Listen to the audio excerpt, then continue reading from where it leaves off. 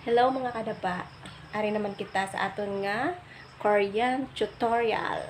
Korean alphabet, I swear. Korean alphabet.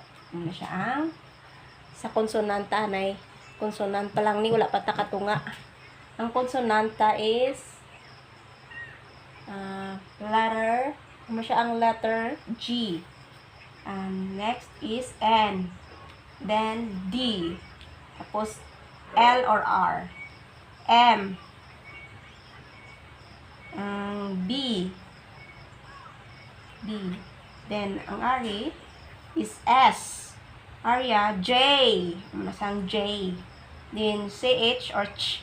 Muna siya. Then ang ari ang suli nga F is K. Muna siya kagina nga aton gin tutorial.